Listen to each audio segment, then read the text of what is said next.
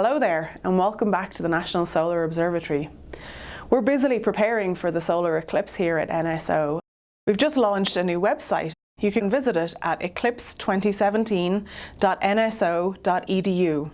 On there you'll find lots of useful tips, especially related to the science of eclipses and to the sun. But before August 21st, there's another important date that we need to keep in our calendars, and that's April 21st, so later this month. The reason that day is important is that the sun is going to be in exactly the same place in the sky at the same time as it will be on eclipse day. So that means you can go outside at the expected time of totality and you can see exactly where in the sky the sun will be on the day of the eclipse. So this is a great opportunity for you to plan in advance what your eclipse viewing is going to look like. Our webcast this month is very special. Our speakers come from the Space Telescope Science Institute. We're going to be deviating from solar eclipses and talking about stellar eclipses this month. So instead of using the moon to block out the sun, we're instead using artificial coronagraphs to block out other stars. And this is especially important because it allows us to directly image exoplanets. So yes, we can use eclipses to look for extrasolar planets. So I'm going to hand you over to my colleagues from Space Telescope. We've got Bonnie Menke, who is going to start us off today. She's going to give us an introduction into why this is such an interesting field of astronomy and how it relates to eclipses. Okay, over to you, Bonnie. Hello, I'm Bonnie Menke, and I am an astronomer at the Space Telescope Science Institute. And we're here today to talk about eclipses as they relate to astrophysics.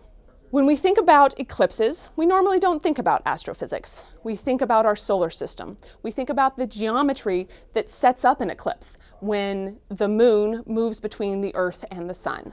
We have been able to use eclipses because they're naturally occurring. Solar eclipses have allowed scientists throughout human history to be able to probe what's behind the sun due to the actual physical disk of the sun being blocked. So all of that light is dimmed. And through that, we've learned a lot about not only our sun and our solar system, but about other stars and about the laws of physics. Light does not travel in a straight line on space-time. In fact, when a massive object bends space-time, it bends the path that light would take around that massive object. General relativity is the idea that space-time is warped. Space-time curves like a fabric of the universe, and it curves around massive objects. These are things like planets, stars, galaxies, even black holes. In our own solar system, the most massive object is our sun. So the best way to test ideas of general relativity would be using our sun. We have the opportunity to observe this bending of light using a solar eclipse. When a star, or our sun in this case, is blocked during an eclipse, you're dimming it by a factor of 1,000,000. When we dim it by over a factor of 1,000,000, you can actually see stars on the other side of the sun.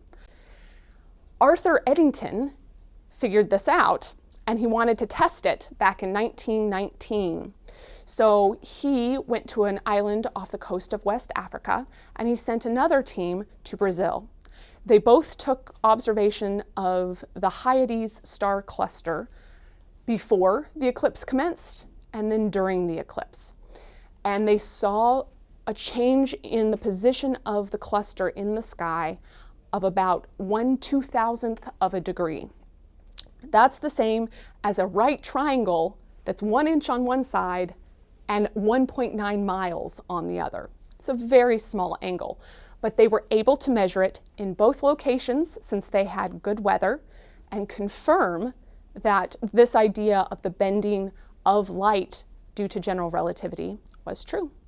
So this is one of those great examples of eclipses being used in astrophysics and physics in general to understand how our universe and the laws of physics work. One of the other great uses of eclipses is as a detection method for exoplanets. So what we look at are transits, which aren't true eclipses because the disk of the planet never fully obscures the disk of the star. But if we get the right viewing geometry and the solar system that we're looking at is edge on to our line of sight, the planets will pass in front of the star and we will see a dip in the light of that star. So we'll see a slight dimming, and that slight dimming tells us how big that planet is. This is a great way to discover exoplanets. And we've done this from the ground, we've done it from space, including using missions like the Kepler mission. We've discovered thousands of exoplanets using the transit detection method so far. But I will say that this is an indirect method, which means that we're inferring that an exoplanet exists around that star. So eclipses have been incredibly useful for studying our own sun in our own solar system. But what about other stars? Well, we don't have the right geometry to be able to perfectly block the disk of another star using natural methods. So we have to create an on-demand eclipse. And this method is called coronagraphy. You use an instrument called a coronagraph to perfectly block the disk of that other star. And in doing so, you dim the light around it and you can see the fainter objects that are nearby. We are directly imaging exoplanets using this method. And this is wonderful because we get to study a whole new field with this called comparative planetology. We get to look at what those exoplanets are truly like, the various characteristics of them, size, atmospheres, things like that, and compare those to our own solar system and the planets therein. That way we get to see, is our solar system an oddball or is it the norm? Coronagraphy is so useful that it's been used already in many ground-based observatories and space-based observatories such as the Hubble Space Telescope. One example of this is the Fomalhaut B system. You can see this planet, maybe a brown dwarf, orbiting far away from the blocked star. And we've been able to observe this using coronagraphy multiple times over many years. We plan to use this method on future observatories, both ground-based and space-based. The space-based observatories we plan to use it on include the James Webb Space Telescope and WFIRST. And as we look at more and more exoplanets using coronagraphy, we'll learn more and more about our own solar system as we compare it to others. For more information on how you can build your own coronagraph, I'm going to turn it over to John Maple. Hi, I'm John Maple from the Space Telescope Science Institute. Bonnie just told you about coronagraphs, and now I'm going to show you materials that we have listed in our resource guide that you can create your own coronagraph demonstration.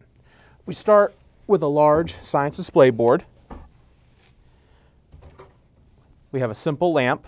We have a dimmer switch and an extension cord. The directions are also in the resource guide. Clear light bulb, a red light bulb,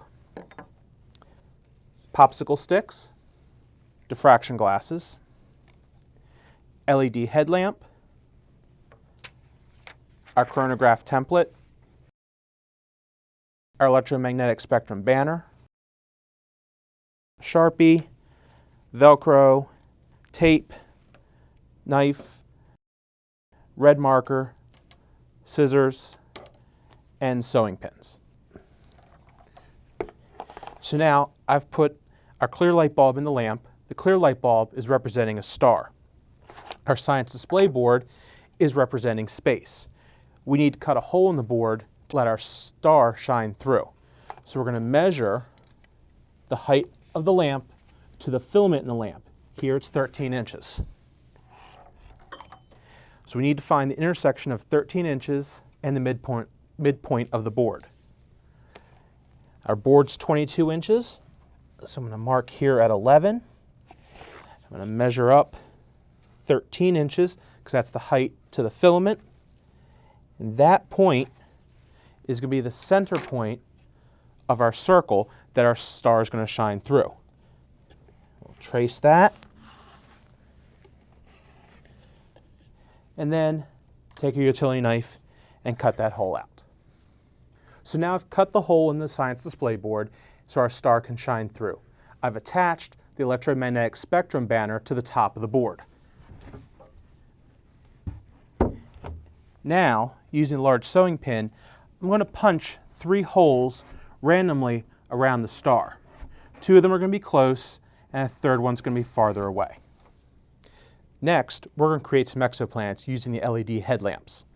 We're going to color this part red so that when the light shines through, it also comes out red.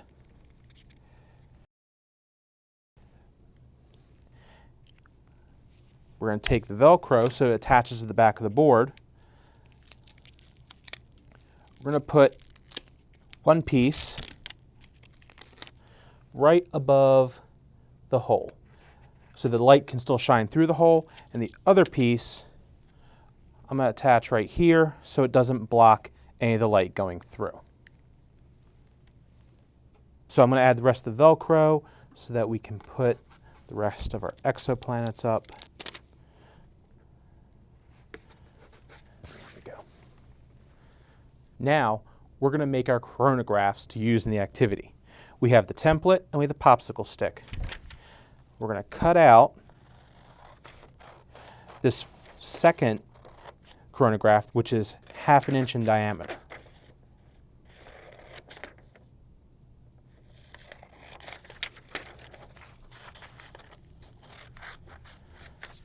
After I have that cut out, I'm going to tape it onto the popsicle stick and I have a coronagraph like this. Now we've put everything together, we can set up our demonstration.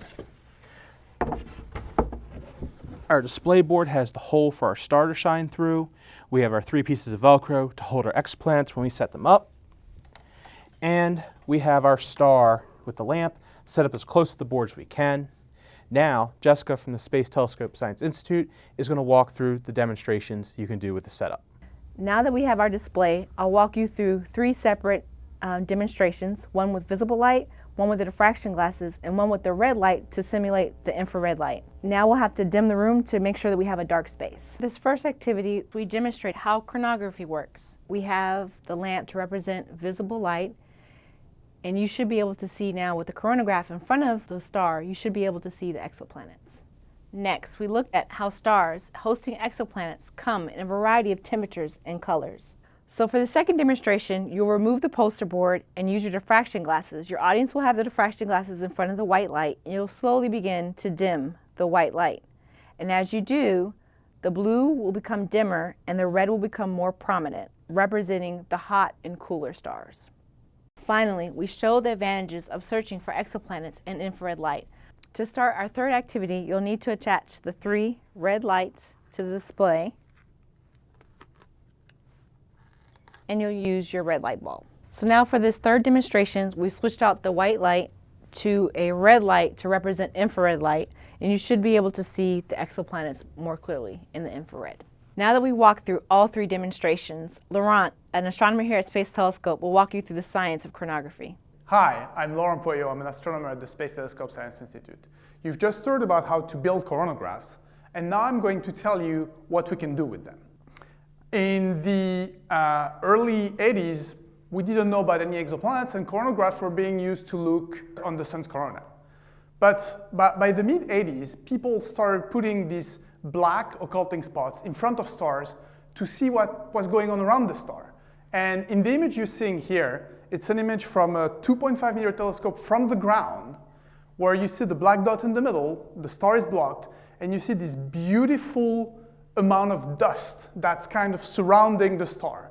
That's one of the first coronagraphic images ever took, and what you're seeing here is dust that's left over from a planetary formation mechanism. No planet was seen there, but there was kind of an idea that there might be a planet around this star, and this star is very famous. It's called Beta Pictoris b. Pretty much every time over the past next 20 years, after 1984, that every time somebody was trying to use a coronagraph, the first star they looked at was this star, Beta Pictoris b, because everybody thought there would be a planet. So move forward, 1997, a coronagraph is added on the 3.6 meter telescope at La Silla. This time around, you're using some kind of clever optics to correct a little bit for the atmosphere in between the telescope and the star, to correct for the Earth atmosphere. And you see a little crisper image of this disk, where the disk is a little bit warped. And so now you start thinking, well, there might be a planet there. Move forward to 2008, where you're using this time the 8-meter telescope at Cerro Paranal at VLT, and this time around, that's it. We've caught it. We've seen the exoplanet around the star. Now, let's talk about the present. What we're doing now is extremely precise measurements of the properties of these exoplanets that we're finding. To do that, we're still using 8-meter telescopes on the ground. The example is taken from the Gemini telescope in Chile. This time, we've added to the telescope a very specific coronagraph that's been tailored to just find and characterize these faint exoplanets close to the star. What I showed you before was instruments that could do a bunch of things and planets among those capabilities. This time around, it's just for planets. So what you're seeing now on this movie here is the same planet, Beta Pictoris b. And now you're seeing it moving around the star. And you actually see on this movie that it's moving in close to the star. We've actually determined, based on a highly precise measurement of the orbit, that the planet is going to get really, really close to the star this summer. Pretty much, it's kind of serendipitous, but around the time that the eclipse is going to happen on Earth, this planet will be in front, eclipsing the star. Now, we've actually been able to measure it to a precision that we can predict that it's not going to be exactly in front of the star, but if it has moons, we'll see the moons passing in front of the star. And hundreds of astronomers around the world are actually trying to set up experiments now to try to catch this very unique event that, if it happens, only happens every 20 years. So now let's move forward and try to move to the future. But before moving to the future, I want to show you this movie of this planetary system with 4 planets orbiting orbiting the star. And as you can see, the planets orbiting, and we can start thinking about whether or not they're interacting with each other gravitationally. Hubble didn't have coronagraphs when it was launched because Hubble was launched in the 1990s and first exoplanet was found in 1995. After 1995, servicing mission 2, 1997, people started putting coronagraphs in the new instrument that were being shipped to Hubble with the space shuttle. So this is an image of this same multiple planetary system taken by Hubble with the Hubble coronagraph in 1998. You can see that there's a bunch of artifacts that are thrown all over the place. This is light from the star that's being bounced off the imperfection of the optics of Hubble's. So there is a coronagraph in this image. Like, the star is gone, but still those little specks of light are still hitting the camera and preventing us from seeing the planets. My colleague Remy Soumer applied advanced data analysis methods, and sure enough, he was able to reveal those planets that had been observed in 1998. So that's kind of where Hubble is at, and we're working on projects trying to find more of these quote-unquote serendipitous planets in the Hubble archive. After Hubble, what's going to happen? In 2018, we're launching the James Webb Space Telescope. Now, the James Webb Space Telescope is a bunch of hexagonal pieces of glass put together. And back in the early 2000s, when people were thinking about putting coronagraphs on James Webb, the theory and the technology was not completely ready to make groundbreaking coronagraphs that, say, could be able to find an Earth-like planet with James Webb. We just didn't know how to do it back then.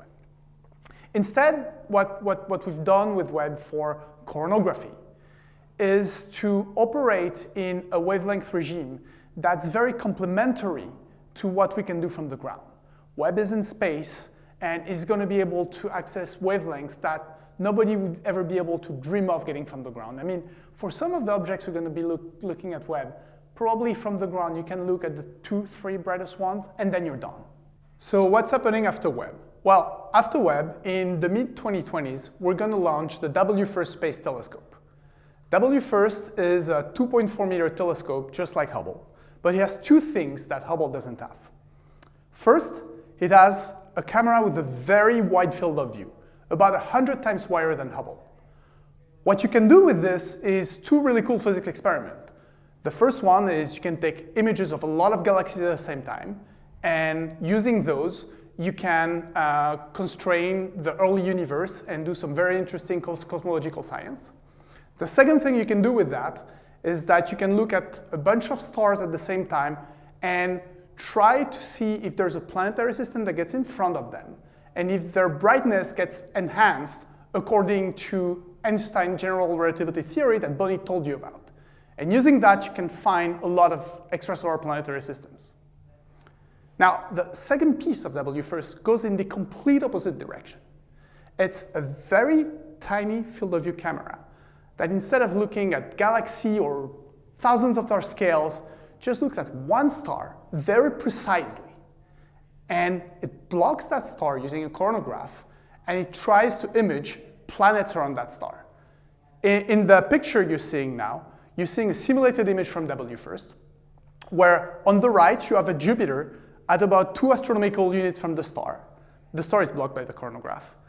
And that Jupiter is shepherding dust clumps around the star. Now, what's missing from this picture? What's missing is an Earth-like planet. And Earth-like planets might be really hard to do with WFIRST. WFIRST is going to teach us a lot about how to do exo-Earth imaging in space, but it might not quite get there. Because what you really want, you want an experiment that doesn't just catch one exo-Earth, you want to catch tens or even hundreds of them, and you want to be able to study the prevalence of molecules like oxygen or water or things like ammonia or methane. In order to do that, you need a big telescope in space. You need something of the scale of like 10, 15 meters. And this is a project we're actually also working on here. It's the LUVOIR project that's going to be studied in the 2020s and hopefully launch in the 2030s. As you can see, it's a giant segmented telescope. This is a 15-meter telescope. But this time, the little hexagons, we've learned how to deal with them, and we think we can make a very precise coronagraph to be able to see an Earth-like system. That's the picture you're seeing right now. You have the star that's being hidden by the coronagraph, and in the outskirts you have a Jupiter.